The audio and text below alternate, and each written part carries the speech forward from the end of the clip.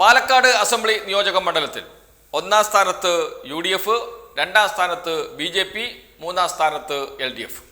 കഴിഞ്ഞ കുറച്ച് കാലങ്ങളായി തുടരുന്ന അതേ രീതി ഇത്തവണയും തുടർന്നിരിക്കുന്നു എന്നർത്ഥം. അങ്ങനെ എളുപ്പത്തിൽ എഴുത്തള്ളാൻ കഴിയുമോ എന്ന ചോദ്യവും അവിടെ ഉയരുന്നുണ്ട്. എന്തുകൊണ്ടാണ് അതിനെ മറികടന്നു പോകാൻ LDFന് കഴിയാതെ പോകുന്നത്? അതിനുള്ളൊരു ഉത്തരം MP ഗോവിന്ദൻ മാസ്റ്റർ CPIM സംസ്ഥാന സെക്രട്ടറി പറയുന്നുണ്ട്. അത് എത്രമാത്രം ശരിയാണ് എന്ന് പരിശോധിക്കുന്നതിന് മുമ്പ് നമുക്ക് ആ വാക്ക് ഒന്ന് കേൾക്കാം. അതിങ്ങനെയാണ്, ഭൂരിപക്ഷ വർഗീയതയുടെയും ന്യൂനപക്ഷ വർഗീയതയുടെയും പിന്തുണയോടുകൂടിയാണ് യഥാർത്ഥത്തിൽ അവിടെ ഈ ഭൂരിപക്ഷം ഉണ്ടാക്കാൻ അവർക്ക് സാധിച്ചത്. ഇല്ലെങ്കിൽ അവർക്ക് ജയിക്കാൻ തന്നെ സാധിക്കില്ല. ഞാൻ പറഞ്ഞത് ഈ ഭൂരിപക്ഷത്തിൻ്റെ വർധനവിൻ്റെ ഒരു പ്രധാനപ്പെട്ട ഘടകം ഈ പറയുന്ന ജമാഅത്ത് ഇസ്ലാമിൻ്റെയും പ്രത്യേകിച്ച് SDPIയുടെയും വോട്ടാണ്. ഒരു SDPIക്ക് നല്ല സ്വാധീനമുള്ള സ്ഥലം തന്നെയാണ്. MP ഗോവിന്ദൻ മാസ്റ്ററുടെ വാക്ക് സാധൂകരിക്കുന്ന ഒരു തെളിവ് കൂടിയുണ്ട്. അത് SDPI പാലക്കാട് നടത്തിയ പ്രകടനമാണ്.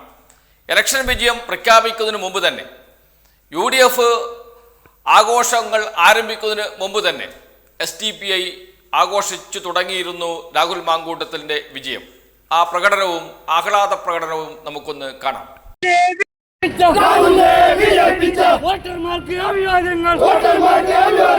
SDPI സിന്ദാബാദ്. SDPI സിന്ദാബാദ്. MP ഗോവിന്ദൻ മാസ്റ്റർ CPIMന്റെ സംസ്ഥാന സെക്രട്ടറി ഊന്നി പറഞ്ഞത് രാഹുൽ മാങ്കൂട്ടത്തിൻ്റെ വിജയം SDPIയുടെ ജമാഅത്തെ ഇസ്ലാമിയുടെ RSSന്റെ വിജയമാണ് എന്നാണ്. RSS വോട്ടുകൾ ലഭിച്ചിട്ടുണ്ട് രാഹുൽ മാങ്കൂട്ടത്തിന്, SDPIയുടെ വോട്ടുകൾ ലഭിച്ചിട്ടുണ്ട് രാഹുൽ മാങ്കൂട്ടത്തിന്. അതോടൊപ്പം അവിടെ ജമാഅത്തെ ഇസ്ലാമിയുടെ വോട്ടുകൾ കൂടി ലഭിച്ചിട്ടുണ്ട് രാഹുൽ മാങ്കൂട്ടത്തിന്. അതെന്താണ് തെറ്റുള്ളത്? എല്ലാവരും വോട്ട് ചെയ്യും. സ്ഥാനാർത്ഥി മത്സരിച്ചാൽ ആരൊക്കെ വോട്ട് ചെയ്യും? നിങ്ങളുടെ വോട്ട് വേണ്ട, നിങ്ങളുടെ വോട്ട് വേണ്ട, നിങ്ങളുടെ വോട്ട് വേണ്ട എന്ന് പറയുന്ന സ്ഥിതി ഞങ്ങൾക്കില്ല.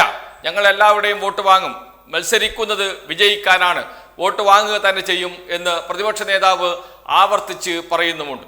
അതിന് അദ്ദേഹം പറയുന്ന ഒരു ന്യായീകരണം, ഞങ്ങൾ RSSന്റെ BJPയുടെ വോട്ട് കുറച്ചു, ഞങ്ങൾ അത് പിടിച്ചു എന്നാണ്. അത് കേൾക്കുമ്പോൾ ശരിയാണ്. RSSന്റെ വോട്ട് കോൺഗ്രസ് പിടിച്ചാൽ നല്ലതല്ലേ? RSSന്റെ ശക്തി ക്ഷയിക്കുകയല്ലേ ചെയ്യുന്നത് എന്ന ചോദ്യവും അവിടെ ഉയരുകയും ചെയ്യാം. എന്നാൽ യഥാർത്ഥത്തിൽ മണ്ഡലത്തിൽ SDPIയുടെ ക്യാമ്പയിൻ ആദ്യം മുതൽ തന്നെ ആരംഭിച്ചിരുന്നു. മുസ്ലിം വോട്ടുകൾ, ന്യൂനപക്ഷ വോട്ടുകൾ ഒരിക്കലും കോൺഗ്രസിൽ നിന്ന് മാറിപ്പോകാതിരിക്കാൻ, ലോക്സഭാ തെരഞ്ഞെടുപ്പിലുണ്ടായ അതേ ട്രെൻഡ് നിലനിർത്താൻ SDPI നന്നായി ശ്രമിച്ചിരുന്നു. SDPIയും കൂടെ ജമാഅത്തെ ഇസ്ലാമിയും ഉണ്ടായിരുന്നു. ജമാഅത്തെ ഇസ്ലാമി SDPIയെ പോലെ തന്നെ തീവ്ര നിലപാട്, മുസ്ലിം തീവ്ര നിലപാട് സ്വീകരിക്കുന്ന സംഘടനയാണ്. പ്രത്യേകിച്ച് പറയേണ്ട കാര്യമില്ല. അവരുടെ മാധ്യമം ദിനപത്രത്തിലൂടെയും മീഡിയ വൺ ചാനലിലൂടെയും രാഹുൽ മാങ്കൂട്ടത്തിന് വേണ്ടി വലിയ പ്രചാരണം അവർ നടത്തുകയും ചെയ്തിരുന്നു എന്നതും ഒരു വസ്തുതയാണ്. അതിനോടൊപ്പമാണ് RSS വോട്ടുകൾ കൂടി ചേർന്നത്. RSS വോട്ടുകൾ ചേർന്നു എന്ന് പറയുന്നത് സന്ദീപ് വാര്യരുടെ വരവോടുകൂടിയാണ്. സന്ദീപ് വാര്യരുടെ വരവ് ഒരു തരത്തിലുള്ള ചലനവും BJP സൃഷ്ടിക്കില്ല എന്ന് ആവർത്തിച്ചു പറഞ്ഞിരുന്നു BJP നേതാക്കൾ. എന്നാൽ അങ്ങനെയല്ല. BJPയിൽ അത് വലിയ ചോർച്ചയുണ്ടാക്കിയിട്ടുണ്ട്, നഗരത്തിൽ മാത്രമല്ല ഗ്രാമപ്രദേശങ്ങളിലും എന്ന് BJPക്ക് ലഭിച്ച വോട്ടുകൾ നോക്കിയാൽ നമുക്ക് മനസ്സിലാക്കാൻ കഴിയും. എന്ന് വെച്ചാൽ വലിയ തോതിൽ RSS വോട്ടുകൾ, RSS കേന്ദ്രത്തിലുള്ള വോട്ടുകൾ രാഹുൽ മാങ്കൂട്ടത്തിന് ലഭിച്ചിട്ടുണ്ട് എന്നർത്ഥം.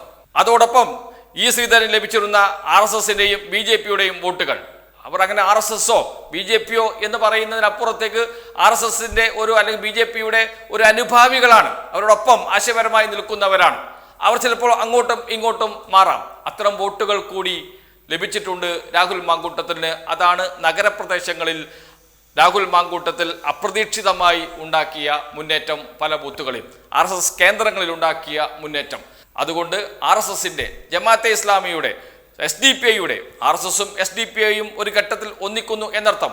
മുഴുവൻ RSS വോട്ടുകളും രാഹുൽ മാങ്കൂട്ടത്തിന് കിട്ടി എന്നല്ല പറയുന്നത്.